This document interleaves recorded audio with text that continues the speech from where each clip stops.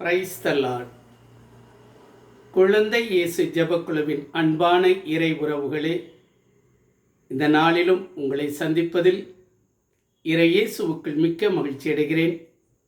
இறை வார்த்தையாக இன்று யோவான் எழுதின சுவிசேஷம் 12வது அதிகாரம் 24 முதல் உள்ள இறை வார்த்தை உங்களுக்காக. அதை நான் வாசிக்கிறேன். கோதுமை மணி மண்ணில் விழுந்து மடியாவிட்டால் அது அப்படியே இருக்கும். அது மடிந்தால்தான் மிகுந்த விளைச்சலை அளிக்கும் என உறுதியாக உங்களுக்கு சொல்கிறேன். தமக்கென்றே வாழ்வோர் தம் வாழ்வை இழந்து விடுவர். இவ்வுலகில் தம் வாழ்வை பொருட்டாக கருதாதோர் நிலை வாழ்வுக்கு தம்மை உரியவர் ஆக்குவார். என் அன்பு தேவ பிள்ளைகளே, கோதுமை மணி மண்ணில் விழுந்து மடியாவிட்டால் அது அப்படியே இருக்கும்.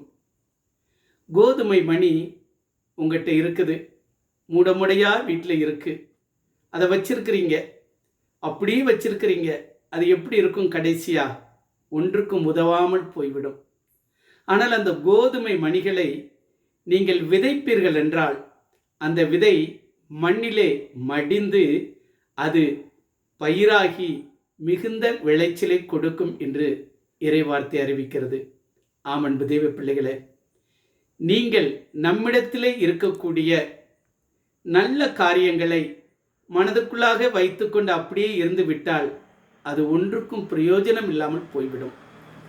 அதை மற்றவர்களுக்கு நாம் பகிர்ந்து கொடுக்கும் பொழுது, மற்றவர்களோடு அதை நாம் கொடுத்து உதவும் பொழுது, நம்முடைய உடைமைகளை, நமக்கு மிகுதியாக இருக்கக்கூடிய உடைமைகளை மற்றவர்களுக்கு பகிர்ந்தளிக்கும் பொழுது அது நன்மை தரக்கூடும். அன்பு தெய்வ பிள்ளைகளே, அது மட்டுமல்ல, இறைவார்த்தை இவ்வாறு சொல்லுகிறது, தம் வாழ்வை பொருட்டாக கருதாதோர் நிலை வாழ்வுக்கு தம்மை உரிமையாக்குபவர் என்று சொல்லப்படுகிறது. தம்முடைய வாழ்வை ஆண்டவருக்கென்று ஒப்பு கொடுத்து வாழ்வோர் நிலை வாழ்வுக்கு உரிமையாக்குவார் என்று சொல்லப்படுகிறது.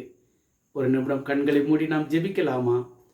அன்பு தகப்பனே, எங்களை நேசிக்கிற நல்ல தகப்பனே, கோதுமை மணி போல நாங்கள் ஆண்டவரே இந்த உலகத்திலே, இந்த மண்ணிலே ஆண்டவரே நாங்கள் மடிந்து மற்றவர்களுக்கு இதோ அதிகமாக கொடுக்கக்கூடிய அந்த கிருபைகளை நீர் எங்கள் ஒவ்வொருவருக்கும் தர வேண்டுமாய் இயேசு கிறிஸ்துவின் ஈடு இணையற்ற நாமத்திலே ஜெபிக்கிறோம் எங்கள் ஜீவனுள்ள நல்ல தகப்பனே.